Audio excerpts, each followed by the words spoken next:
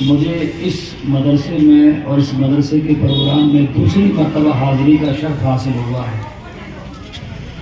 ابھی چند مہینے پہلے آپ کے اس چھوٹے سے مدرسے کے اندر وہ جسم کے اعتبار سے بہت چھوٹا سا مدرسہ ہے، لیکن معنوی اور روحانی اعتبار سے وہ بہت عظیم مدرسہ ہے۔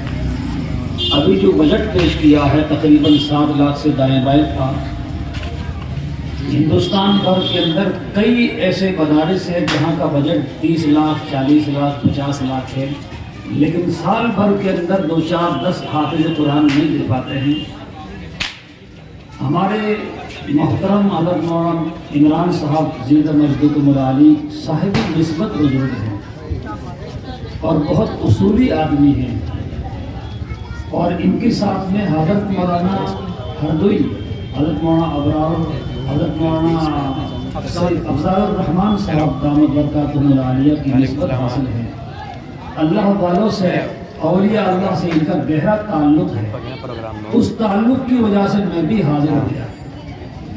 میرا حضرت مولانا سے وعدہ ہوا تھا کہ میں 11 بجے تک یہاں رہوں گا اور 11 بجے کے بعد یہاں سے میں نکل جاؤں گا، لیکن یہاں جو آپ حضرات تشریف فرما ہیں، آپ کے جذبات اور آپ کے اس ولولے کو دیکھ کر کے حضرت مولانا نے مجھ سے کہا کہ آپ تھوڑا زائد تقریر کر دیں۔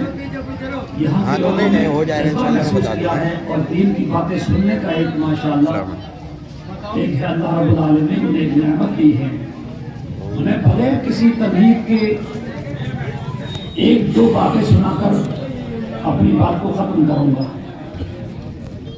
کئی سال پہلے میرے استاد محترم حضرت مولانا غلام نبی صاحب نور اللہ مرقدہ نے بخاری شریف کے اختتام پر ایک تقریر کرتے ہوئے ارشاد فرمایا کہ پاکستان کے ایک بہت بڑے عالم حضرت مولانا عبدالرؤف صاحب سکھروی، انہوں نے اپنی کتاب میں کارگزاری لکھی ہے، اور کارگزاری یہ لکھی ہے کہ ایک صاحب سے میری ملاقات ہوئی جو تقریباً 4 مہینے جماعت میں لگا کر گھر واپس آئے تھے۔ ہم بھی جماعت میں گئے، حضرت مفتی صاحب فرماتے ہیں، اور ان سے ملاقات کی تو دیکھا کہ ان کے دونوں پاؤں گھٹنوں سے لے کر کے نیچے پنڈلی کا پورا گوشت نہیں تھا، صرف ہڈیاں، اور اس پر ایک پٹی بندھی ہوئی تھی۔ لوگوں سے سنا تھا تو میں نے خود براہ راست پہنچ کر ان سے کارگزاری معلوم کی کہ یہ معاملہ آپ کے ساتھ کیسے ہوا ہے، یہ آپ کے پاؤں کیسے جل گئے ہیں۔ انہوں نے یہ سنایا کہ میں فوج میں تھا، اور سن 47 میں جب ملک کا بٹوارا ہوا ہے، اس کے تھوڑے بعد ہی کا واقعہ ہے کہ میری ڈیوٹی جنگل کے اندر جہاں اسلحہ اور گورنمنٹ کا حکومت کا سامان رکھا رہتا ہے، وہاں میری ڈیوٹی تھی۔ میں گشت کر رہا تھا سندھ کے علاقے میں، اور گرمی شدید اور لو اور دوپہر کا وقت، میں کبھی ادھر ٹہلتا ہوں کبھی ادھر، اور اپنی ڈیوٹی کی جو فرائض ہے میں انجام دے رہا تھا۔ میں ٹہلتے ٹہلتے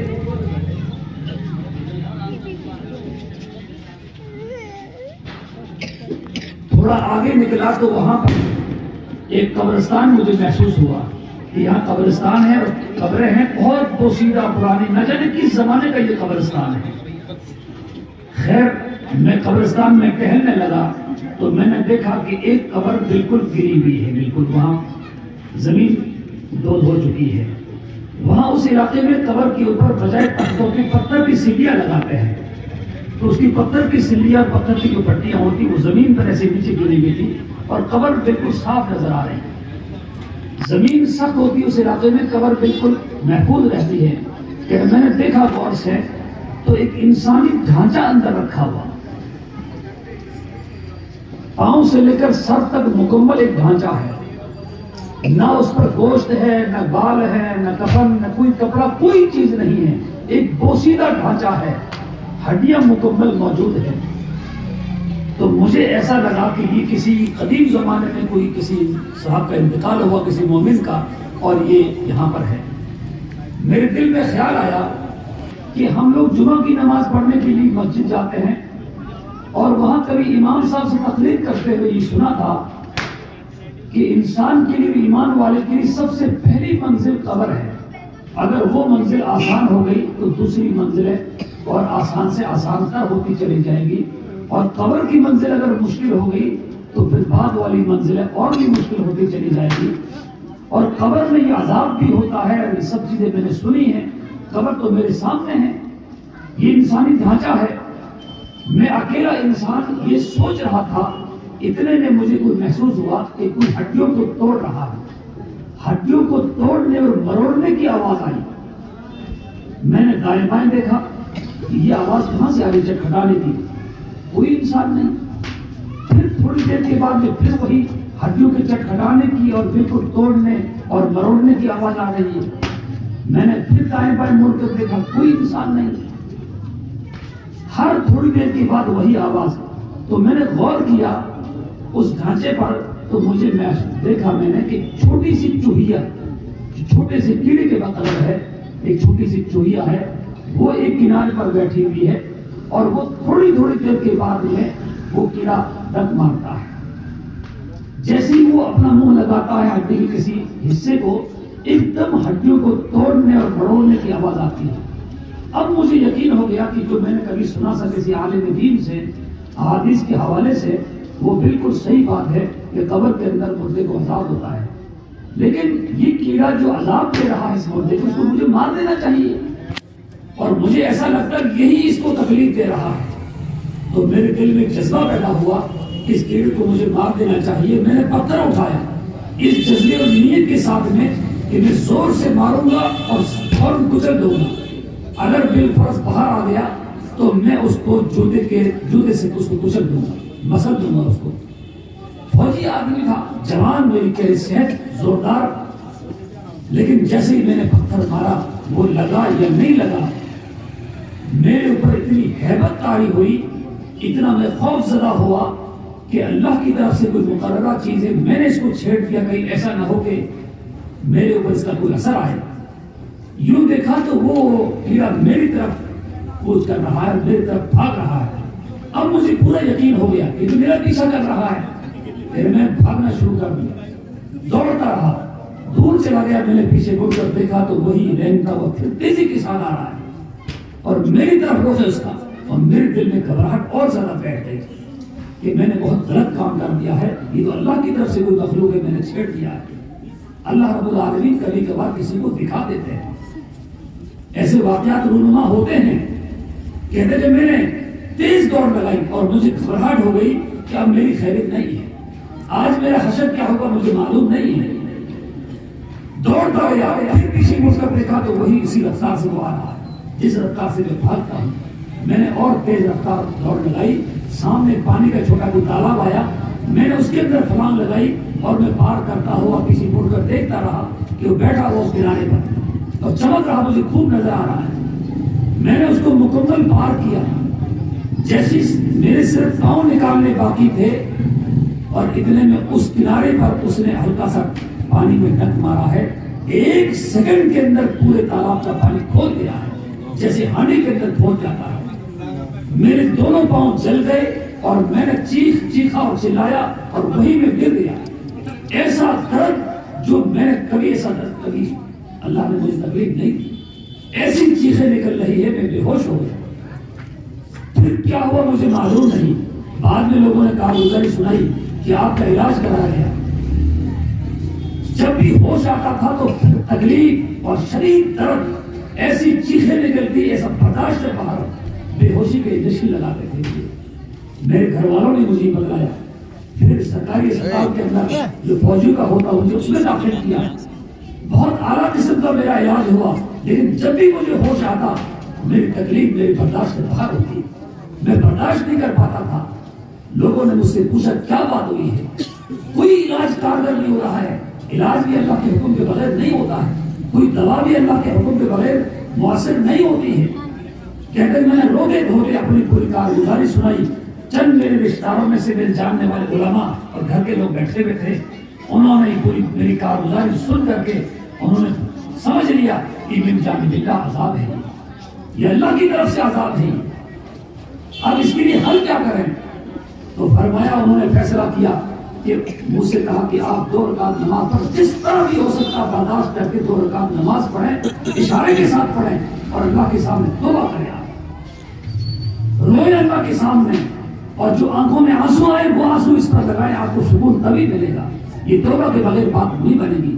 اور جہاں کہیں بھی قریب میں مدارس ہو وہاں پر اطلاع کریں، وہ مدرسے میں پڑھنے والے طلباء وہ مہمان رسول ہوتے ہیں، وہ محمد رسول اللہ صلی اللہ علیہ وسلم کے رسول مہمان ہوتے ہیں۔ آپ نے حدیث شریف میں ارشاد فرمایا ہے، خبردار میرا دین اور شریعت کا علم حاصل کرنے کے لیے طلباء تمہارے پاس آئیں گے، خبردار ان کی خیریت پوچھنا، ان کے ساتھ خیر خواہی کا معاملہ کرنا، یہ ہم سب کے لیے ہے۔ جہاں جس بستی کے اندر کوئی مدرسہ ہے، کوئی درسگاہ ہے، تو وہاں جو طلباء پڑھتے ہیں وہ پوری بستی کے لیے باعث رحمت ہے، وہ باعث فخر ہے، وہ باعث افتخار ہے۔ لیکن اسی کے ساتھ ساتھ ذمہ داری بھی بہت زیادہ بن جاتی ہے۔ ہماری ذمہ داری بنتی ہے کہ ہم مدرسے سے متعلق معلومات کریں، طلباء کا کھانا کس قسم کا ہوتا ہے، ان کا معیار کیا ہے، کہ ہم محلے والے ان بچوں کو صحیح طریقے سے رکھتے بھی ہیں یا نہیں رکھتے ہیں۔ خیر ان طلباء سے دعا کرائی گئی، طلباء نے اللہ سے خوب دعا کی، ان کے اساتذہ نے ان سے دعا کرائی، طلباء نے ہاتھ اٹھائے، اللہ رب العالمین نے ان کے ساتھ فضل اور رحم کا معاملہ فرمایا، وہ درد ایک دم ختم ہو گیا۔ انہوں نے توبہ کی، طلباء اور علماء نے دعا کی، اللہ نے وہ درد بالکل ختم کر دیا۔ کہتے میرے علاج ہوا لیکن وہ میری ہڈی جو گوشت تھا اس کے اوپر وہ سب گل کے سڑ گیا ہے، اب مجھے کوئی تکلیف نہیں ہے، چلنے پھرنے میں کوئی دقت نہیں ہے، لیکن میری پھٹیاں ہمیشہ بڑی رہتی ہے۔ اللہ کے راستے میں میں نے وقت بھی لگایا۔ عرض کرنے کا منشا یہ ہے کہ یہاں مدارس ہیں، مکاتب ہیں، یہ بڑی بڑی جماعتیں ہیں، جمعیت، جتنے بھی محنت کر رہے ہیں علماء یا ایمان والے، ان سب محنت کا خلاصہ یہ ہے جو رسول اللہ صلی اللہ علیہ وسلم نے ارشاد فرمایا ہے۔ جو ہم جنازے کے اندر دعا مانگتے ہیں، اللہم اغفر لحینا و میتنا، اور آخر میں دعا مانگتے ہیں اللہم من احییتہ منا فاحیہ علی الاسلام ومن توفیتہ منا فتوفہ علی الایمان۔ یا اللہ جب تک ہم دنیا میں رہیں ہمیں اسلام پر، شریعت پر اور سنتوں پر چلنے کی توفیق عطا فرما۔ یا اللہ جب خاتمہ ہو تو ایمان پر خاتمہ نصیب فرما، ایمان پر خاتمے کی دعا کرنی چاہیے۔ یہ ایک اہم مسئلہ ہے۔ الحمدللہ اب اس سے آپ سے مجھ سے پہلے جو مقرر تقریر کر رہے تھے حضرت مفتی صاحب، آپ کو تفصیل کے ساتھ ہی سمجھایا، اور ایک بار میں پہلے بھی اس مدرسے میں چند لوگوں کے سامنے ذکر کر چکا ہوں، اور آج تو ماشاءاللہ بڑا مجمع ہے اور سب بات غور کو سن رہے ہیں۔ ان مدارس کی اہمیت سے متعلق میں 2 باتیں عرض کروں۔ 1857 کے اندر دہلی کے اندر ایک بہت بڑی میٹنگ بلائی گئی۔ انگریز کو حکومت کرتے ہوئے لمبا عرصہ گزر چکا تھا، کئی سال بیت چکے تھے۔ اس مجلس کے اندر کئی گھنٹے بحث ہوئی، اور بحث کا خلاصہ یہ تھا کہ ہم اب تک اپنے مشن میں کامیاب کیوں نہیں ہوئے۔ وہ مشن کیا تھا؟ وہ مشن یہ تھا کہ برطانیہ سے ایک بڑا بجٹ پاس ہوتا ہے ہر سال، اور عیسائی بڑے بڑے مبلغ، جو عیسائیوں کے مولوی ہوتے ہیں، مبلغ ہوتے ہیں، بڑے وہ راہب ہوتے ہیں، ان کو پورے ملک میں چھوڑا جاتا تھا اس زمانے میں، کہ وہ ذہن بنائیں اور ایمان سے ان کو ہٹائیں، ان کے ایمان پر ڈاکہ ڈالیں۔ لیکن کیا وجہ ہے کہ ایک بھی مسلمان نے اپنا ایمان نہیں چھوڑا ہے، ایک بھی عیسائی نہیں بنا ہے؟ کیا وجہ ہے؟ ساری محنت بیکار گئی، سارا بجٹ بیکار گیا ہے، کیا وجہ ہے؟ تاریخ میں لکھا ہے کہ ایک دانشور کھڑا ہوا، وہ بھی عیسائی پادری تھا، اور اس نے کہا کہ میرے پاس اس کا جواب ہے اور میرے پاس اس کا حل بھی ہے۔ جواب کیا ہے؟ جواب اس نے یہ دیا کہ میں نے پورے ملک کا سروے کیا ہے۔ تب ملک ایک متحدہ ملک تھا، ہندوستان، پاکستان، بنگلہ دیش، بہت بڑا ملک تھا۔ میں نے سروے کیا، دورہ کیا، چھوٹے موٹے قصبات، دیہات، گاؤں سب دیکھے۔ جہاں کہیں بھی ایمان والے رہتے ہیں، ان ایمان والوں کا بڑا ایک نظام ہے، شریعت کا دیا ہوا ایک سسٹم ہے کہ وہ جہاں کہیں بھی رہتے ہیں اپنی نماز پڑھنے کے لیے ایک مسجد قائم کرتے ہیں، ایک مسجد تعمیر کرتے ہیں۔ رسول اللہ صلی اللہ علیہ وسلم نے بھی جب مسجد نبی شریف کی بنیاد رکھی ہے، جب مدینہ شریف پہنچے ہیں، سب سے پہلے آپ نے مسجد کی تعمیر شروع فرمائی۔ اس موقع پر بھی آپ نے جب تعمیر ہو رہی ہے، صحابہ ساتھ میں لگے ہوئے ہیں، اس موقع پر آپ کو فکر ہوئی کہ مسجد تو تعمیر ہو رہی ہے، اللہ کو راضی کرنے کے لیے عبادت کی جائے گی اس کے اندر، لیکن رب کو راضی کرنے کا کیا طریقہ ہے، واجبات کیا ہے، سنن کیا ہے، فرائض کیا ہے، یہ تو ہمیں علم کے بغیر نہیں معلوم ہو سکتے ہیں۔ جب تک علم نہیں آئے گا انسان آگے ترقی نہیں کر سکتا ہے۔ علم کے بغیر انسان اپنے رب کو نہیں جان سکتا ہے، علم کے بغیر انسان کچھ نہیں کر سکتا ہے۔ ایک بات بیچ میں عرض کر دوں میں، رسول اللہ صلی اللہ علیہ وسلم نے ایک موقع پر ارشاد فرمایا، میرے صحابہ خیرکم من تعلم القرآن وعلمہ، تم میں سب سے بہتر شخص وہ ہے جو قرآن کریم کو سیکھے اور سکھلائے۔ قرآن کریم کو سیکھے اور سکھانے والے، اس پر خرچ کرنے والے، اس کائنات کے اندر تعلیم و تعلم کرنے والے سب سے افضل ہیں۔ یہ اتنی بڑی بشارت صرف صحابہ ہی کے لیے نہیں، صحابہ کے لیے بھی، تابعین، تبع تابعین اور قیامت تک جو اس سلسلے کے ساتھ جڑے رہیں گے ان تمام کے لیے فضیلت ہے، یہ بشارت ہے۔ آپ حضرات خوش نصیب ہیں کہ آپ کے محلے کے اندر بہترین ایک کامیاب ایک نمونہ جس کو کہا جا سکتا ہے ایسا مدرسہ اور ایسا مکتب موجود ہے، اور جید اور ذی استعداد اچھی محنت کرنے والے، اخلاص کے ساتھ پڑھانے والے اساتذہ موجود ہیں الحمدللہ۔ میں نے بھی کارگزاری 2 مرتبہ سنی ہے الحمدللہ۔ اللہ تعالیٰ مزید ترقی عطا فرمائے اور اس ادارے کو خوب ترقی عطا فرمائے، علمی اور روحانی فیض کو عام اور عام فرمائے، بے حد قبول فرمائے۔ رسول اللہ صلی اللہ علیہ وسلم نے ایک موقع پر ارشاد فرمایا، یہ وکیل صاحب بھی تشریف فرما ہیں اور بڑے بڑے اہل علم اور یہاں پر تعلیم یافتہ لوگ بھی تشریف فرما ہیں۔ عام طور پر ہمارے مدارس کے اندر قرآن کریم کی، ہندی فارسی کی تعلیم، مولوی کی تعلیم ہوتی ہے، اس کے لیے بڑے بڑے مدرسے اور ادارے موجود ہیں الحمدللہ۔ ایک اشکال پیدا ہوتا ہے کہ ہمارے علماء عصری تعلیم، دنیاوی تعلیم ہندی انگریزی ہے، اس کی طرف کیوں توجہ نہیں دے رہے ہیں؟ ایسا نہیں ہے، الحمدللہ توجہ دے رہے ہیں۔ یہاں میں تشریف فرما ہے، الحمدللہ علماء سے محبت رکھنے والے ہیں۔ ہندوستان کے اندر جہاں بھی بڑے بڑے مدارس ہیں ان مدارس کے اندر عصری تعلیم کا معقول انتظام ہے، کہیں 5ویں تک ہے، کہیں 8ویں تک ہے، کہیں 10ویں تک نظام ہے۔ کمپیوٹر کی تعلیم ہے، دارالعلوم دیوبند کے اندر بھی مکمل تعلیم کا اچھا نظام ہے، لیکن دیوبند میں پڑھنے والے طلبا یا مدارس میں پڑھنے والے یا ماں باپ جو بھیجتے ہیں وہ صرف دینی علوم کے لیے بھیجتے ہیں، جن کو یہ جذبہ ہوتا ہے کہ ہمیں اپنے خاندان کے اندر کچھ بچوں کو حافظ قرآن بنانا ہے، وہ دین کا شریعت کا ماہر بنانا ہے، وہی لوگ اپنے بچوں کو مدارس میں بھیجتے ہیں۔ بہرحال ان مدارس میں بڑی قربانیاں ہیں۔ رسول اللہ صلی اللہ علیہ وسلم نے ایک بات موقع پر ارشاد فرمایا، وہ قابل توجہ بات ہے، توجہ کے ساتھ سنیں آپ نے ارشاد فرمایا، کمزور ایمان والے کے مقابلے میں طاقتور ایمان والا زیادہ بہتر ہے، اس سے اسلامی تقاضے اچھے انداز میں پورے ہو سکتے ہیں۔ گویا آپ نے صحت کی حفاظت اور صحت بنانے کی ترغیب دی ہے۔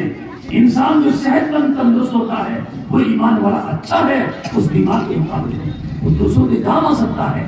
رسول اللہ صلی اللہ علیہ وسلم نے یہ تعلیم کی ہے، اس لیے ہر ایمان والے کو اپنی صحت کا مکمل بھرپور خیال رکھنا چاہیے۔ پھر آپ نے ارشاد فرمایا اسی مجلس کے اندر، میرے صحابہ ایک زبان جاننے والے کے مقابلے میں 2 زبان جاننے والا زیادہ بہتر ہے، اور 2 کے مقابلے میں 3 زبان جاننے والا بہتر ہے، اور 3 کے مقابلے میں 4 زبان جاننے والا زیادہ بہتر ہے۔ آپ نے کئی زبانیں سیکھنے کی ترغیب دی ہے، صحابہ کو ابھارا ہے۔ ایک مجلس میں ارشاد فرمایا، میرے صحابہ تم میں سے ہے کوئی جو ملک روم کی بادشاہ کی زبان کو جانتا ہو؟ مجھے ملک روم کی بادشاہ کے پاس پیغام بھیجنا ہے تم میں سے کوئی عبرانی زبان جاننے والا؟ ہے تم میں سے کوئی ملک فارس کی بادشاہ کی زبان کو جاننے والا؟ مجھے ملک فارس کے بادشاہ کے پاس میں پیغام بھیجنا ہے۔ ایک صحابی کھڑے ہوئے، یا رسول اللہ صلی اللہ علیہ وسلم میں جانتا ہوں، میں فارسی بھی جانتا ہوں، عربی بھی جانتا ہوں۔ آپ نے بہت شاباشی دی ہے اور خوشی کا اظہار فرمایا ہے۔ میرے ایمان والے بھائیوں، رسول اللہ صلی اللہ علیہ وسلم نے تعلیم حاصل کرنے کی، تعلیم کی بڑی فکر کی، آپ نے اپنی بڑی اہمیت دلائی ہے۔ چنانچہ ہمارے بزرگان دین نے اس کی طرف توجہ دلائی ہے، ہندی بھی سکھائی جاتی ہے، جس ملک میں جو تعلیم ہے، جو زبان بولی جاتی ہے وہ زبانیں بھی سکھائی جاتی ہیں۔ لیکن جو بھی زبان سیکھے اس کی نیت یہ ہو، انگریزی ہو یا ہندی ہو، چاہے وہ سنسکرت سیکھنی پڑے۔ حضرت شاہ ولی اللہ محدث دہلوی رحمۃ اللہ علیہ 400 سال پرانے عالم ہیں، دہلی کے اندر بہت بڑا مدرسہ تھا، انہوں نے ایک بار ارشاد فرمایا، ملفوظ ان کا موجود ہے کہ کسی زمانے کے اندر ہمیں اپنے برادران وطن کی جو مذہبی زبانیں سنسکرت وہ بھی سیکھنی پڑ سکتی ہیں۔ جب ہمارے علماء اس زبان کی طرف توجہ دیں گے اور دین اور شریعت کو، ایمان اور اسلام کو، قرآن حدیث کو سنسکرت زبان سیکھ کر کے انہیں کی زبان میں اگر پورے دین کو بتائیں گے تو اس کا فیض بہت جلدی پہنچے گا اور تیزی کے ساتھ اس کا فائدہ ہوگا۔ زبان جو بھی سیکھے یہ من جانب اللہ کی طرف سے زبانیں ہیں، لیکن نیت یہ ہو کہ اس کے ذریعے ہم امن کا پیغام عام کریں گے، ہم صحیح پیغام عام کریں گے، ہم اسلام نے جو طریقہ بتلایا ہے، شریعت کی جو طریقے ہیں وہ تمام طریقوں کو ہم بتائیں گے۔ اسلام کیا درس دیتا ہے، ایمان ہمیں کیا جذبہ سکھاتا ہے، جو صحیح پیغام ہے اس پیغام کو ہم اس زبان میں عام کریں گے۔ اگر یہ نیت ہو تو اس زبان کے سیکھنے پر بھی اجر ملتا ہے، ثواب ملتا ہے۔ ہمارے بزرگوں نے، صحابہ نے، تعلیم طب تعلیم نے یہ تعلیم دی ہے۔ بلکہ اس سے بھی بڑی عظیم بات میں آپ کو بتلاتا ہوں کہ ہمارے اور آپ کے بارے میں رسول اللہ صلی اللہ علیہ وسلم نے کیسی فکر کی ہے، آپ کو کیسا درد تھا ہمارے اور آپ کے بارے میں، بلکہ قیامت تک آنے والے ایمان والوں کے بارے میں آپ کو کیسی فکر تھی۔ ایک موقع پر مدینہ شریف میں رہتے ہوئے ایک جنگ ہوئی، تفسیر کا موقع نہیں، اس جنگ بدر جس کے نتیجے میں 70 قیدی بنا کر لائے گئے۔ وہ قیدی ایمان والے نہیں تھے۔ آپ نے صحابہ سے مشورہ لیا، میرے صحابہ ان قیدیوں کے ساتھ کیا معاملہ کرنا چاہیے؟ صحابہ بیٹھے ہوئے ہیں، ہر ایک نے رائے دی، سخت سے سخت رائے بھی آئی ہے، ہلکی رائے بھی، درمیانہ رائے بھی۔ جو سب سے ہلکی رائے آئی ہے وہ یہ رائے تھی کہ ان سے فدیہ لے کر ان کو چھوڑا جائے، ورنہ ہر ایک نے اپنے کچھ رائے دی ہے، سخت سے سخت رائے بھی آئی ہے۔ اس لیے کہ صحابہ نے، آپ نے یہ فرمایا کہ یہ وہ لوگ ہیں اگر ان کے ہم ہتھے چڑھ جاتے، اگر ان کو موقع مل جاتا ہمیں زندہ نہیں چھوڑتے، ہمیں مکہ المکرمہ میں سکون سے نہیں رہنے دیا ہے، یہاں مدینہ شریف پہنچے ہیں، یہاں بھی ہمارا پیشہ کیا ہے، لیکن اللہ نے ایسا فضل فرمایا کہ آج ہمارے قیدی ہونے کی صورت میں ہیں۔ قربان چاہیے سرکار دو عالم تاجدار مدینہ محمد رسول اللہ صلی اللہ علیہ وسلم کے فیصلے پر، سید الانبیاء صلی اللہ علیہ وسلم کے اس عظیم فیصلے پر ایسا فیصلہ فرمایا ہے جو آدم علیہ السلام سے لے کر کے آج تک اور قیامت تک ایسا فیصلہ نہیں ملے گا۔ اتنا عظیم فیصلہ ہے جو سونے کے حروف سے نکل آئے۔ آپ نے فرمایا یہ رائے بھی نہیں، یہ بھی نہیں، یہ بھی نہیں۔ آپ نے فرمایا کہ نہیں، ان قیدیوں میں سے جو لکھنا پڑھنا جانتا ہو، خواہ وہ عربی ہو، فارسی ہو، عبرانی ہو، سریانی ہو، یا کوئی اور زبان ہو، یا وہ حساب کتاب ہو، ان قیدیوں میں سے جو بھی لکھنا پڑھنا جانتا ہو وہ مدینہ شریف کے ایمان والوں میں سے 10 کو لکھنا پڑھنا سکھا دے، ان کے لیے یہی فدیہ ہے، ان کے لیے یہی چھٹکارے کا باعث بنے گا۔ آپ نے اس نازک موڑ پر بھی اپنی امت کے بارے میں تعلیم کی فکر کی ہے۔ تعلیم بہت بڑی چیز ہے، یہی وجہ ہے کہ اللہ رب العالمین نے قرآن کریم نازل فرمایا ہے، ان بچوں نے قرآن کریم یاد کیا ہے۔ آپ جانتے ہیں قرآن کریم کی سب سے پہلی آیت اقرأ باسم ربک الذی خلق، پڑھنے اور پڑھانے سے متعلق، سیکھنے اور سکھانے سے متعلق سب سے پہلا آرڈر، سب سے پہلی وحی جو لوح محفوظ سے 7ویں آسمان پر، پھر ہوتے ہوتے پہلے آسمان پر، آسمان دنیا پر، اور پھر قلب رسول اللہ صلی اللہ علیہ وسلم پر جس کو جبریل امین لے کر آئے ہیں، سب سے پہلا آرڈر، سب سے پہلی وحی وہ نماز کے بارے میں نہیں، وہ زکات کے بارے میں نہیں، وہ معاشرے کے بارے میں نہیں، وہ کسی اور حکم کے بارے میں نہیں، وہ سب سے پہلی وحی اور سب سے پہلا آرڈر، اسلام کا سب سے پہلا حکم وہ سیکھنے اور سکھانے سے متعلق ہے۔ حضرات مفسرین کہتے ہیں کہ اس سے اندازہ ہوتا ہے کہ اللہ رب العالمین کے نزدیک تعلیم و تعلم، سیکھنا اور سکھانا یہ بہت عظیم نعمت ہے، اہمیت کے حامل ہیں۔ اس بنا پر اللہ نے سب سے پہلا حکم یہ دیا ہے۔ بہرحال ہمارے بزرگوں نے بڑی محنت کی، یہ پیغام پہنچایا ہے۔ رسول اللہ صلی اللہ علیہ وسلم نے جن صحابہ پر محنت کی، آپ نے آخری حج میں ارشاد فرمایا تھا، میرے صحابہ بلغوا عنی ولو آیا، جو دین تم تک پہنچا ہے اب تمہاری ذمہ داری بنتی ہے۔ کسی کو 10 مسئلے معلوم ہیں، کسی کو 10 آیتیں معلوم ہیں، کسی کو 20 حدیثیں معلوم ہیں، ہر ایک کی ذمہ داری بنتی ہے اگلوں تک پہنچانے کی۔ تاریخ شاہد ہے کہ مکہ المکرمہ اور مدینہ شریف کے اندر صرف 10,000 صحابہ کی قبریں ہیں، اس سے زائد قبریں وہاں پر نہیں ہیں، جبکہ 1 لاکھ بلکہ 1.25 لاکھ کے قریب صحابہ تھے، پوری دنیا میں پھیل گئے ہیں۔ اپنے چلنے پھرنے سے اور اپنے کاروبار سے، اپنے لین دین سے، اپنے کردار سے اسلام کی تبلیغ کی ہے۔ سچا پکا مسلمان تو وہ کہلاتا ہے جو چلے تب بھی لوگ عبرت کی نگاہوں سے دیکھے اور اس کو سبق حاصل کرے کہ معاملات ہو تو ایسے ہونے چاہیے، چلنا پھرنا یہ ہونا چاہیے، ان کی نگاہیں کس طرح ہے، ان کے چلنے کا انداز، ان کے بیٹھنے کا انداز، ان کے کاروبار کا انداز۔ گزشتہ زمانے کے اندر غیر ایمان والے بھی سفر جب کرتے تھے اپنی جوان بیٹیوں کو کسی ایمان والے کا گھر تلاش کر کے جاننے والے کا چھوڑتے تھے، ان کو پورا یقین ہوتا تھا کہ ایمان والا ہے، انشاءاللہ 4 مہینے 6 مہینے کے بعد جب میں سفر سے واپس آؤں گا میرے بچے، میری جوان بیٹیاں صحیح سالم ملے گی۔ ان کو اتنا اعتماد تھا۔ ایمان کوئی معمولی چیز ہے، ہمارا ایمان تو بہت کمزور ہو چکا ہے، ہمارا ایمان تو بہت کمزور ہے۔ رسول اللہ صلی اللہ علیہ وسلم نے ارشاد فرمایا ہے، ایمان کا رعب، ایمانی دبدبا، ایمانی بلبلا اور ایمانی جذبات وہ مجھ کو اور میری امت کو نوازا گیا ہے، سابقہ امتوں میں سے کسی امت کو نہیں دیا گیا۔ بات بیچ میں دوسری آ گئی، میں عرض ہی کر رہا تھا کہ اس پادری کھڑا ہوا جو دہلی کے اندر بہت بڑی میٹنگ ہو رہی تھی، اس مجلس کے اندر وہ کھڑا ہوا، اس نے کہا کہ میں نے پورے ملک کا سروے کیا ہے، جہاں کہیں بھی ایمان والے بستے ہیں سب سے پہلے مسجد بناتے ہیں وہ، اور مسجد کے ساتھ مکتب قائم کرتے ہیں، اپنے بچوں کو بھیجتے ہیں، سب سے پہلے قرآن کریم کی، شریعت کی، عقائد کی تعلیم دیتے ہیں، اس کے ساتھ ساتھ پھر دوسری تعلیم بھی دیتے ہیں، سب سے پہلے اپنی ایمان کی حفاظت کا ذریعہ بناتے ہیں اور مکاتب کی نگرانی کرتے ہیں، مکاتب کی ضرورتوں کو پورا کرتے ہیں، مکاتب کی حفاظت کرتے ہیں، ان کو مضبوط کرتے ہیں، مدارس کو بھی مضبوط کرتے ہیں۔ ایمان والوں کا میں نے ایسا جذبہ دیکھا ہے، چنانچہ ان کے مکاتب مضبوط، محفوظ، ان کے مدارس محفوظ ہیں، اور اس نے کہا کہ یہی مدارس ہیں جب تک آباد رہیں گے، محفوظ رہیں گے، حافظ قرآن تیار ہوتے رہیں گے، عالم دین تیار ہوتے رہیں گے، محدثین تیار ہوں گے اور دین کے داعی پیدا ہوں گے۔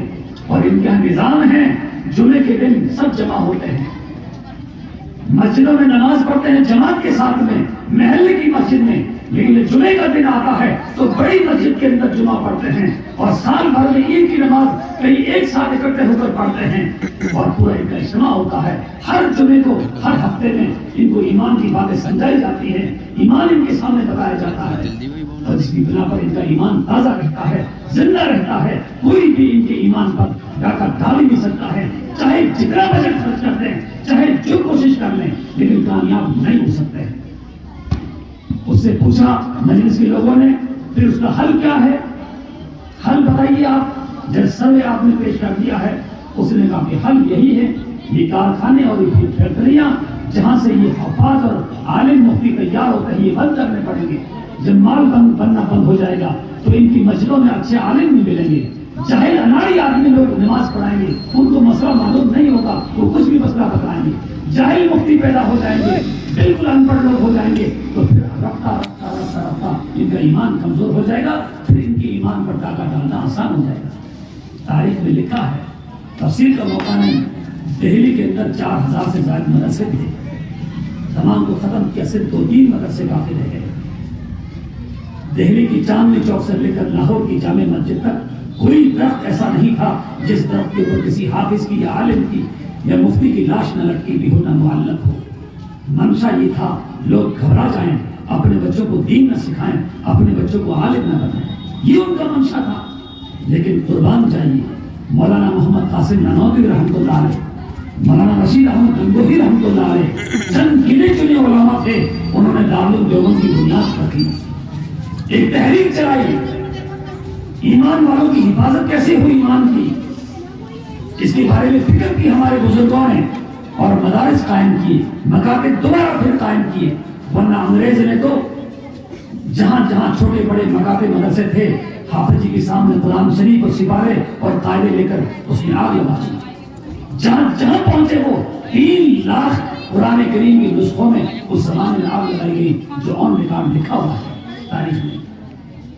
مولوی صاحب نے کہا کہ قرآن کریم کی حفاظت کی ذمہ داری اللہ رب العالمین نے دی ہے. ان ستاروں میں، ان قرآن شریف کے اوراق میں آپ نے آگ لگا دی ہے اپنی طاقت کے بل بوتے پر، لیکن قرآن کریم ان معصوم بچوں کے سینوں کے اندر محفوظ کر دیا ہے اللہ رب العالمین نے.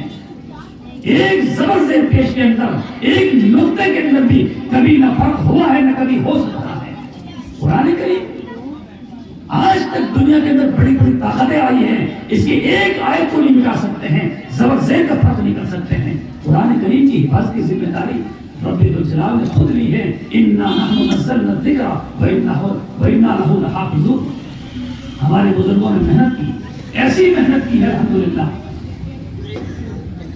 جس کا سروے کئی سال پہلے ہوا ہے. میں نے چھوٹی سی مجلس کے اندر بھی ذکر کیا تھا، آج پھر عرض کر دوں کہ ہمارے بزرگوں نے، ان علماء نے جو محنت کی ہے، ایک معصوم بچی نے بہت تھوڑے عرصے میں قرآن کریم حفظ کر لیا ہے.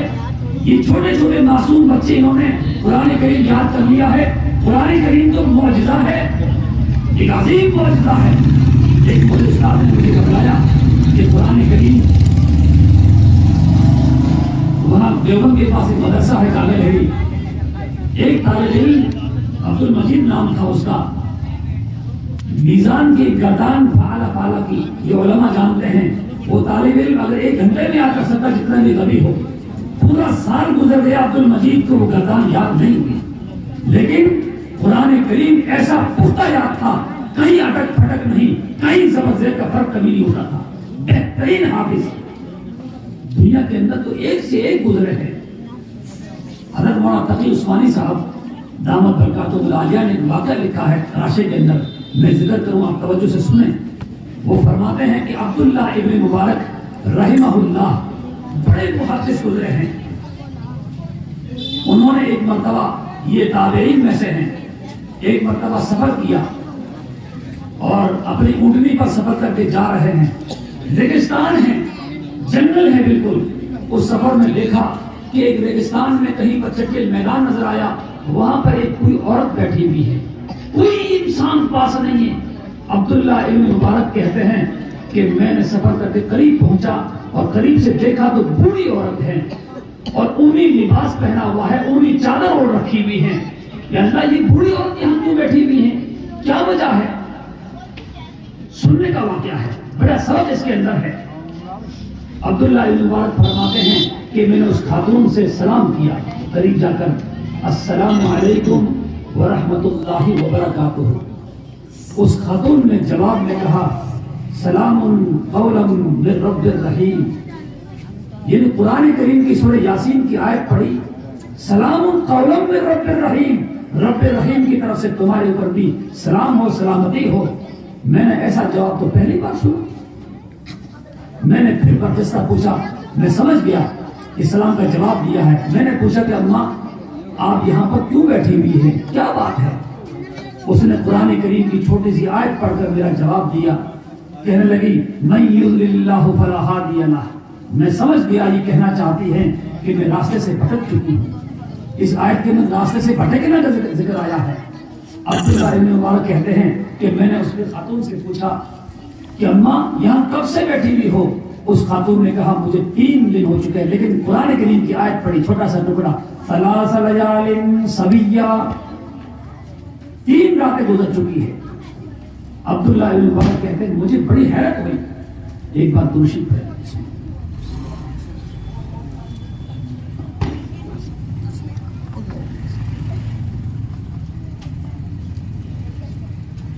بس یہ واقعہ سنا کر اپنی بات ختم کر رہا ہوں، پھر اس کے بعد میں دعا کا جو بھی نظام بنے گا. کہ مجھے بڑی حیرت ہوئی، میں اپنی زبان میں پوچھ رہا ہوں اور یہ قرآن شریف کی ایسی آیت پڑھتی ہے کہ میری بات کا جواب بن جاتا ہے. مجھے بڑی دلچسپی ہوئی. مجھے سفر لمبا کرنا تھا کہیں دور کا، لیکن میں رک گیا. میں نے 2-4 سوال اور کرنے کی کوشش کی ہے. میں نے کہا ذرا پوچھ کے دیکھوں کہاں تک یہ جواب دے گی. میں نے ایسے ہی پھر پوچھا اماں جی کہاں جانا چاہتی ہو، آپ کی منزل کہاں ہے؟ پھر قرآن کریم کی چھوٹی سی آیت پڑھی، سبحان الذی اسری بعبدہ لیلا من المسجد الحرام الی المسجد الاقصی. میں سمجھ گیا کہ مسجد حرام سے آئی ہے اور مسجد اقصی کی طرف جانا چاہتی ہیں جہاں فلسطین ہے. اب میں سمجھ گیا. میں نے پھر برجستہ پوچھا کہ اماں آپ کا کوئی شوہر آپ گھر والے کون ہیں، کس کی بیوی ہے شوہر کا نام؟ تو اس خاتون نے قرآن کریم کی آیت پڑھی، لا تقف ما لیس لک بہ علم، آپ اس طرح کے سوالات مت کیجیے۔ میں نے کہا کوئی بات نہیں۔ میں نے پھر سوال کیا کہ اماں آپ کچھ آپ کے پاس ہے ہی نہیں، کھانے پینے کا سامان بھی نہیں، کہاں سے کھاتے پیتے؟ ایسے ہی سوال کیا کہ کہاں تک جواب دے گی؟ اس خاتون نے پھر برجستہ قرآن کریم کی آیت پڑھ کر جواب دیا، کہنے لگے ہوا یطعمنی ویسقینی، میرا رب مجھے کھلاتا اور پلاتا ہے۔ میں سمجھ گیا کہ اللہ پر ایسا مضبوط بھروسہ ہے۔ میں نے کہا اماں آپ کے پاس تو پانی بھی نہیں ہے، وضو کیسے کرتی ہوگی؟ 3 دن یہاں گزر گئے ہیں، نماز پڑھنے کے لیے پانی بھی کوئی نظر نہیں آتا ہے اور دور دور تک پانی نہیں ہے۔ برجستہ قرآن کریم کی آیت پڑھی، فلم تجدوا ماء فتیمموا صعیدا طیبا، اگر تمہارے پاس پانی نہ ہو تو پاک مٹی سے تیمم کر سکتے ہیں، پاکی حاصل کر سکتے ہیں۔ مٹی سے تیمم کر کے پاکی حاصل کرنا یہ بھی اسی امت کے ساتھ خاص ہے، کسی اور امت اور شریعت کے ذریعے نہیں تھا۔ عبداللہ ابن مبارک کہتے کہ میری حیرت کی انتہا نہیں رہی، اب میں نے اپنا سفر بدل دیا اور میں نے دل میں سوچا یہ کوئی عظیم عورت ہے یا کوئی اور مخلوق ہے یا کوئی عظیم خاتون ہے، مجھے ان کی خدمت کرنی چاہیے، مجھے ان کا ساتھ دینا چاہیے، سفر پھر کبھی کر لیں گے۔ میں نے اس خاتون سے پھر پوچھا میرے پاس کچھ کھانا پینا رکھا ہوا ہے تو شاید میں پیش کر دوں، آپ کھا لیں، قبول فرما لیں۔ اس خاتون نے کہا، اس خاتون نے وہ آیت پڑھی، اتموا الصیام الی اللیل، اپنے روزے کو پورا کرو شام تک کی نہیں۔ میں سمجھ گیا روزے سے ہے، یہ کیسا روزہ؟ اماں یہ تو رمضان کا مہینہ بھی نہیں، روزہ کیسا ہے؟ تو برجستہ قرآن کریم میں ایک آیت پڑھی، وان تصوموا خیر لکم، اگر تم روزہ رکھو اللہ کو راضی کرنے کے لیے نفلی عبادت کرو وہ بہتر ہے۔ ہر مہینے کے اندر 3 روزے سنت ہیں۔ رسول اللہ صلی اللہ علیہ وسلم نے اس بارے میں کئی باتیں بتلائی ہیں۔ جو مہینہ آپ کا چل رہا شعبان کا مہینہ، حضرات صحابہ کہتے ہیں احادیث کے اندر موجود ہیں کہ رمضان شریف کے علاوہ جس مہینے میں سب سے زیادہ روزے رکھتے تھے رسول اللہ صلی اللہ علیہ وسلم وہ شعبان کا مہینہ ہے۔ کبھی 15 دن بھی رکھتے تھے، کبھی 20 دن بھی رکھتے تھے، کبھی اس سے بھی زیادہ روزے رکھتے تھے اور کبھی کم بھی رکھتے تھے۔ اس مہینے کے اندر کثرت کے ساتھ روزے رکھتے تھے، لیکن آج کل صرف ایک روزہ سمجھتے ہیں، ٹھیک ہے نفلی روزہ سمجھ کر کبھی بھی روزہ رکھ سکتا ہے۔ 13ویں 14ویں 15ویں جو ہر مہینے کی تاریخیں ہوا کرتی ہے، اس نیت کے ساتھ میں جو بھی روزہ رکھے نفلی روزہ ہے اور سنت پر عمل ہو جائے گا۔ لیکن اس مہینے کے اندر صرف ایک روزہ رکھنا اس طرح کا ثابت نہیں ہے۔ اس مہینے میں عبادت کریں، یہ عبادت کا مہینہ ہے، یہ رات عبادت کی ہے، خوب نفلیں پڑھیں، عبادت کریں۔ میں عرض کر رہا تھا کہ عبداللہ ابن مبارک رحمہ اللہ نے اس خاتون سے جب یہ پوچھا کہ اماں میرے پاس اونٹنی موجود ہے، اگر آپ قبول فرما لیں تو میں آپ کو آپ کی منزل تک پہنچا دوں۔ اس خاتون نے قبول کرتے ہوئے لیکن قرآن کریم کی آیت پڑھی، وما تفعلوا من خیر یعلمہ اللہ۔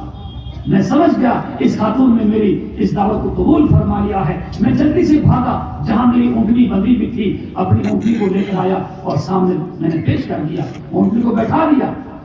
وہ خاتون کھڑی ہوئی، وہ پردہ نشین خاتون تھی۔ اونٹنی پر سوار ہونا آسان نہیں ہوتا ہے، اونٹنی ایک دم کھڑی ہوتی ہے اور پردے میں فرق آ سکتا ہے۔ اس خاتون نے قرآن کریم کی آیت پڑھ کر مجھے درس دیا، مجھے سبق دیا اور میرے سامنے قرآن کریم کی آیت پڑھی 18 پارے کی، قل للمؤمنین یغضوا من ابصارہم ویحفظوا فروجہم، ایمان والوں سے کہہ دو اپنی شرمگاہوں کی حفاظت کریں۔ خصوصاً اس سے متعلق میں سمجھ گیا اپنی نگاہیں نیچی کریں، تو نگاہیں نیچی رکھنے سے متعلق حکم دیا ہے۔ میں سمجھ گئی خاتون یوں کہنا چاہتی ہے کہ میں سوار ہونا چاہتی ہوں، ذری نگاہیں آپ ہٹا لیں اپنی۔ میں نے رخ پھیر لیا، میں پشت کر کے کھڑا ہو گیا۔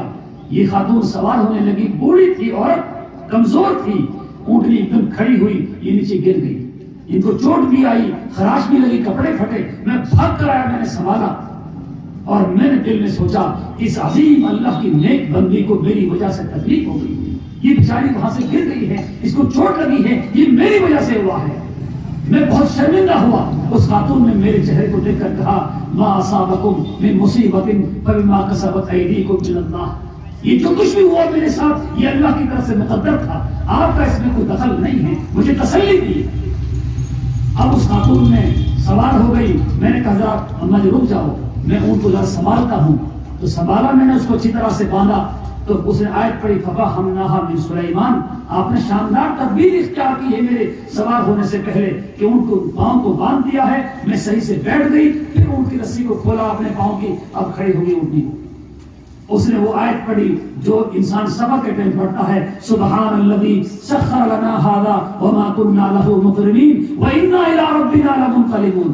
یہ دعا پڑھنی چاہیے سفر میں چلتے وقت میں. لیلا قریش بھی پڑھنی چاہیے. یا سلامو یا سلامو, یہ 21 مرتبہ پڑھ لینا چاہیے, 11 مرتبہ پڑھ لینا چاہیے سفر کرتے وقت میں. اللہ تعالیٰ اس کی برکت سے حفاظت فرماتے ہیں.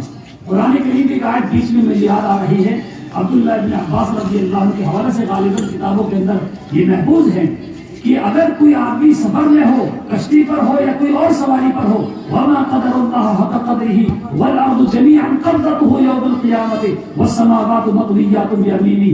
یہ آیت اگر پڑھ لے, اللہ رب العالمین سواری کی بھی اور سواری پر سوار ہونے والے مسافروں کی بھی حفاظت فرماتے ہیں اس کی برکت سے.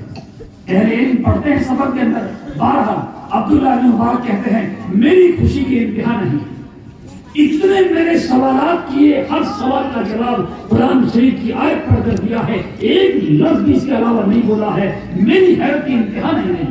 خاتون سے میں پھر بھی پوچھ بیٹھا کہ اماں جی آپ اپنی زبان میں کیوں نہیں بولتی ہیں, کیا وجہ ہے؟ آپ قرآن کریم کی آیت پڑھ کر جواب دیتی ہے. یہ جو جواب دیا ہے یہ سننے کے لائق ہے, وہ ہم سب کے لیے عبرت ہے. فرمایا قرآن کریم کی پھر آیت پڑھ کر جواب دیا, اس کا بھی جواب ما يلفظ من قول الا لديه رقیب عتید. اس کا مطلب یہ بنتا ہے انسان جو بھی عمل کرتا ہے اس کے دونوں کندھوں پر 2 فرشتے بیٹھے ہوئے ہیں, وہ اچھے اور برے اعمال کو ریکارڈ کر رہے ہیں. وہ سب چیز ریکارڈ ہو رہی ہے. وہ فرشتے تیار بیٹھے ہوئے ہیں. وہ کہنا یہ چاہتی تھی کہ میں اپنی زبان سے کچھ غلط الفاظ نہیں بولنا چاہتی ہوں, میں اللہ کے ذکر کے اندر مصروف رہنا چاہتی ہوں. ہر چیز کا حساب کتاب دینا ہے. کل قیامت کے دن حشر کے میدان میں اذا زلزلت الارض زلزالها واخرجت الارض اثقالها وقال الانسان ما لها يومئذ تحدث اخبارها بان ربك اوحى لها. پوری صورت میں بیان کیا ہے جب قیامت کا منظر ہوگا, ہر ایک کے سامنے ہر ایمان والے کا, ہر انسان کا مکمل ریکارڈ کھول دیا جائے گا. انسان خود اپنی کیسٹ دیکھے گا, پوری فلم دیکھے گا اس کے اندر میں کیسے کر رہا ہوں, رات کا اندھیرا ہے, دن کا اجالا ہے, کاروبار میں, لین دین میں, تولنے میں, معاملات میں کہاں کیا میں گڑبڑی کر رہا ہوں. اپنا ریکارڈ خود انسان دیکھے گا. وَمَن يَعْمَلْ مِثْقَالَ ذَرَّةٍ خَيْرًا يَرَهُ وَمَن يَعْمَلْ مِثْقَالَ ذَرَّةٍ شَرًّا يَرَهُ. ذرہ برابر نہیں کوئی لکھا ہو, کوئی عمل کیا ہے وہ سب ریکارڈ ہوگا. اس عورت نے یہ درس دیا. عبداللہ بن مبارک کہتے ہیں کہ پھر میں نے تھوڑی دیر کے بعد سوال کر لیا, اماں جی آپ کے گھر والے کون ہیں, کہ کون سے خوش نصیب ہیں جس کے گھر میں آپ رہتی ہیں. اس نے پھر قرآن شریف کی آیت پڑھ کر ڈانٹ پلائی, لا تسألوا عن اشیاء تبد لکم تسؤکم. اس طرح کے سوالات مت کیجیے, شرمندہ مت کیجیے. مفہوم یہ بنتا ہے قرآن کریم کی آیت سے یہ مفہوم نکالا انہوں نے کہ میں سمجھ گیا, میں نے معافی مانگ لی, اماں مجھے معاف کر دیجیے, مجھے آپ نے ڈانٹ پلائی, مجھے معاف کر دیجیے, میں نے پھر غلط سوال کر لیا ہے, یہ سوال مجھے نہیں کرنا چاہیے تھا. اس خاتون نے معاف بھی کیا تو قرآن کریم کی آیت پڑھ کر, وہ فتح مکہ والی آیت پڑھی, لا تثریب علیکم اليوم, لا تثریب علیکم اليوم, آج کے دن تمہیں معافی ہے. اس آیت کو پڑھ کر معاف کر دیا. عبداللہ بن مبارک کہتے ہیں میں نے اونٹنی کی نکیل پکڑی, اب میں تیزی کے ساتھ پیدل چل رہا ہوں اور خوشی کے اندر گنگنا رہا ہوں. میری خوشی کی انتہا نہیں ہے, اس عظیم عورت کی خدمت کا مجھے موقع ملا ہے. عبداللہ بن مبارک کہتے ہیں کہ میں اشعار گنگنا رہا ہوں, زمانہ جاہلیت کے کچھ اور اشعار پڑھ رہا ہوں. اس خاتون نے اوپر بیٹھے ہوئے ایک زوردار مجھے ڈانٹ پلائی اور ڈانٹ پلاتے ہوئے قرآن کریم کی آیت پڑھی, فَقْرَؤْا مَا تَيَسَّرَ مِنَ الْقُرْآنِ, فَقْرَؤْا مَا تَيَسَّرَ مِنَ الْقُرْآنِ. یہ کیا کرتے ہو آپ قرآن کریم کی آیت پڑھیے جہاں سے آپ کو آسان لگے. قرآن شریف کی آپ تلاوت کی, کیا پڑھتے ہیں زبان جاہلیت کے اشعار. کہتے ہیں کہ میں نے پھر قرآن کریم کی آیتیں گنگنانا شروع کر دی. عبداللہ بن مبارک کہتے ہیں کہ اب میں بہت دور پہنچ گیا, سامنے منزل ہے, قافلہ نظر آ گیا. میرے دل میں خیال آیا قافلہ شاید یہی ہو, اسی قافلے میں اس عورت کو ملنا ہے, لیکن میرا سفر تو ادھورا رہا. یہ عورت کون ہے؟ میں کتنے سوالات کی, ہر سوال کا جواب قرآن شریف کی آیت پڑھ کر کے, کتنا ان کو قرآن یاد ہے, کتنا معنی اور ترجمہ سمجھتی ہیں. اب میں اسے کیا پوچھوں, میرا سفر تو مکمل ہونے والا ہے, کچھ 2-4 اور کیوں الٹے سیدھے سوال کر لوں. کہتے میں نے پوچھا ماں قافلہ سامنے نظر آ گیا ہے، اب تو ہمارا سفر پورا، میں واپس جاؤں گا، لیکن میں ایک بات پوچھتا ہوں کہ اس قافلے میں آپ بھی کون ہیں؟ اب کیا جواب دے گی؟ کہنے لگی المال والبنون زینت الحیات الدنیا۔ میں سمجھ گیا اس نے بنون کہا ہے، بنون بیٹوں کو بولتے ہیں، جن کی بیٹے اس میں ہیں۔ میں نے پرچس کا پھر سوال کر لیا ماں وہ بیٹے کیا کرتے ہیں، ان کا مشغلہ کیا ہے؟ فوراً آیت پڑھی وعلامات وبالنجم هم یہتدون، وہ قافلے کے رہبر ہیں، وہ رہبری کرتے ہیں۔ اب میں کیا پوچھوں؟ لیکن میرے دل میں پھر خیال آیا، میں نے پرچس کا پوچھا اماں آپ کے بیٹے کتنے ہیں، کیا نام ان کا ہے؟ اب کیا بتائیں گی؟ اس خاتون نے 3 آیتیں مختلف جگہ سے پڑھی، یا یحییٰ خذ الکتاب، دوسری آیت کہیں سے پڑھی وَكَلَّمَ اللَّهُ مُوسَىٰ تَكْلِیمًا، تیسری آیت کہیں سے پڑھی وَاتَّخَذَ اللَّهُ إِبْرَاهِیمَ خَلِیلًا۔ 3 نام بتائے، ابراہیم اور موسیٰ اور یحییٰ، 3 بیٹے ہیں، تینوں کا نام بھی قرآن شریف سے۔ صاحب میں چپ ہو گیا، اب میں کیا کہوں؟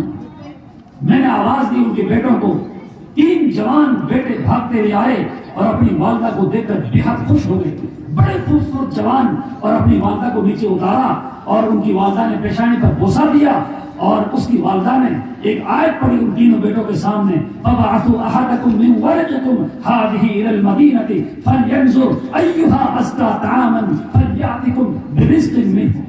یہ 15 سپارے کی سورہ کہف کی آیت پڑھی، بہت تفصیل اس آیت کے اندر ہے۔ منشا یہ تھا، اس آیت کو سننے کے بعد میں ایک جوان بیٹا بھاگا اور بھاگتا ہوا گیا، تھوڑی دیر میں کچھ کھانے پینے کا سامان لے کر آیا اور دسترخوان لگ گیا۔ اس خاتون نے مجھے متوجہ کیا اور قرآن کریم کی آیت پڑھ کر مجھ سے کہا کلوا واشربوا ہنیئا بما اسرفتم فی الایام الخالیہ، مگر یہ بنتا ہے جو آپ نے میرے ساتھ خیر خواہی کی ہے، بھلائی کی ہے، اب میری مہمان نازی قبول کیجیے۔ قرآن کریم کی وہ آیت پڑھی۔ عبداللہ ابن مبارک کہتے ہیں اس موقع پر میں نے بھی قسم کھا لی کہ میں اس وقت تک کھانا نہیں کھاؤں گا، کوئی چیز قبول نہیں کروں گا جب تک کہ مجھے راز نہ کھل جائے، سامنے آ جائے کہ یہ خاتون ہے کون۔ اتنا لمبا سفر کیا ہے، اتنے میں نے سوالات کیے ہیں، ہر سوال کا جواب قرآن شریف کی آیت پڑھ کر یہ اور کون ہے؟ ان کے بیٹوں نے کہا کہ آپ قسم مت کھائیے، آپ قبول فرما لیجیے، یہ ہماری والدہ ہے، سفر میں گئے تھے، حج کے سفر میں تھے، پیچھے رہ گئی اور بھٹک گئی کہیں پر، آپ نے پہنچا دیا ہے۔ ان کا تو اپنا معمول ہے، 40 سال گزر چکے ہیں، 40 سال کے عرصے میں اپنی زبان سے قرآن شریف کی آیت کے علاوہ کوئی جملہ نہیں بولا ہے۔ انہوں نے اتنی حفاظت کی ہے، اور اس ایک خاتون نے ایسا ماحول بنایا ہے پورے گاؤں کا، محلے کا، پورے گاؤں کا ماحول بنایا ہے کہ سب ان کی زبان کو سمجھتے ہیں، سب بچے قرآن کریم پڑھنے والے بن گئے ہیں۔ اگر ہماری مائیں اور بہنیں اس پر توجہ کر لیں، ہماری بچیاں لکھ پڑھ لیا کر قرآن کریم کے حافظہ بن جائے، عالمہ بن جائے، پھر انشاءاللہ ان کی تربیت کے اندر جو بچے تیار ہوں گے وہ اپنے وقت راضی ہوں گے، وہ اپنے وقت غزالی پیدا ہوں گے۔ اس ایک خاتون نے پورے قصبے کا، پورے محلے کا ماحول بدل دیا۔ آج بھی دنیا کے اندر پیر صاحب نے لکھا ہے اپنی کتاب کے اندر، سمرقند والی نے، کیرلی بستی میں پہنچا تاشقند، یہ سمرقند میں ابھی چند سال پہلے کی بات ہے، میں نے فجر کی نماز پڑھی، مجمع دور تک لوگ ہیں، پوری مسجد بھری بھی ہیں، جوان بھی ہیں، چھوٹے بھی ہیں، بڑے بھی ہیں، بوڑھے بھی ہیں۔ میں نے پوچھا کہ یہ لوگ فجر میں، شاید میں مہمان ہوں، میرا انہوں نے کچھ بتلایا ہوگا، جو یہ دور سے مہمان آئے ہیں، بڑے عالم ہیں، اس لیے لوگ آئے ہوں۔ میں نے معلومات کی، تاکہ نہیں حضرت ہمارے یہاں الحمدللہ بزرگوں نے ایک زمانے سے محنت کی ہے، اور ایسی محنت کی ہے کہ جس طرح ہمارے یہاں جمعے کے اندر لوگ مسجد میں جمع ہوتے ہیں، ان کے یہاں فجر میں، عصر میں، مغرب میں، عشاء میں، سردی میں، گرمی میں، ہر موسم کے اندر نمازیں مکمل بھری رہتی ہیں، 100% نمازی ہیں۔ ایسا کوئی بچہ نہیں، کوئی جوان نہیں، کوئی بوڑھا نہیں جو نماز نہ پڑھتا۔ آج بھی دنیا کے اندر ایسی بستیاں موجود ہیں۔ ابھی کہاں ہم لوگ، ہمارے بزرگوں نے محنت بہت کی ہے، بے شک کی ہے، لا ریب، اس میں کوئی دو رائے نہیں ہے۔ اور جماعت، حضرت مولانا الیاس صاحب رحمۃ اللہ علیہ نے تبلیغ جماعت کا ایک سلسلہ شروع کیا، ایک چلتا پھرتا مدرسہ قائم کیا ہے، پوری دنیا میں اس کا فیض عام ہوا ہے۔ ایسی ایسی کارگزاریاں ہیں جن کو سن کر ایمان تازہ ہوتا ہے، 1000 لوگوں نے اسلام قبول کر لیا ہے۔ بے شک بہت کام ہوا ہے، لیکن جو کام ابھی باقی ہے وہ بہت زیادہ باقی ہے۔ جو کام ہوا ہے بہت ہوا ہے، بڑی محنت چل رہی ہے دین کو پھیلنے کی، پھیلانے کی، اچھا معاشرہ بنانے کی، لیکن دین برائی کو پھیلانے کی رفتار اس سے کہیں زیادہ ہے. اس لیے ہمیں ابھی اور زیادہ محنت کرنی ہے, ابھی محنت میں اور اضافہ کرنا ہے. ابھی حضرت مولانا فرما رہے کہ زمین خریدنی ہے, ایک چھوٹا سا پلاٹ پاس میں لینا ہے, اور چندہ بھی ہم نہیں کرتے ہیں ہمارے حضرت کی طرف سے, ایسا نہیں ہے, لیکن آپ کا ہمارا سب کا فرض بنتا ہے. جب کبھی ایسا تقاضا پہلے بھی آیا ہے, اس امت میں اللہ نے جان رکھی ہے.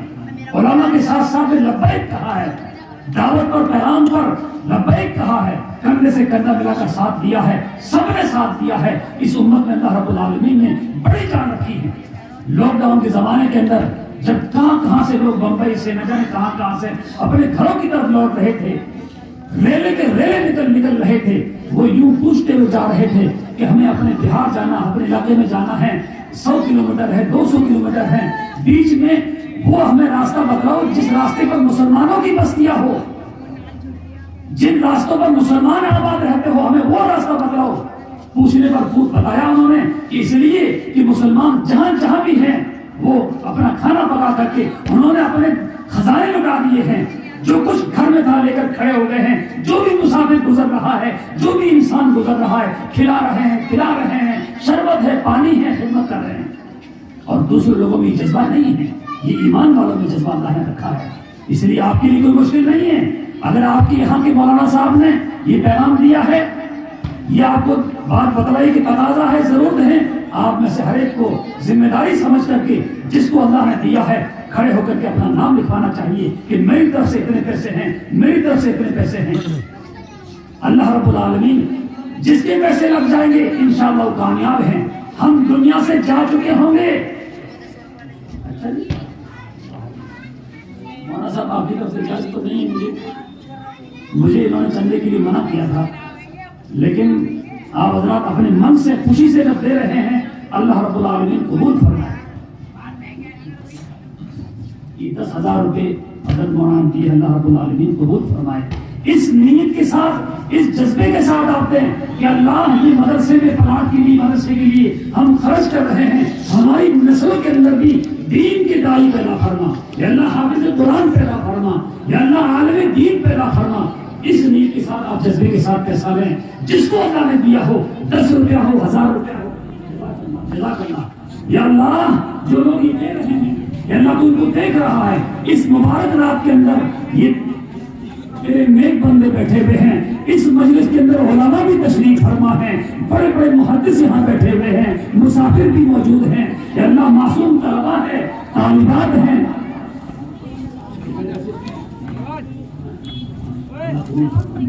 اللہ قبول فرما. یا اللہ سب کی عطیات کو قبول فرما. یا اللہ بے حد قبول فرما.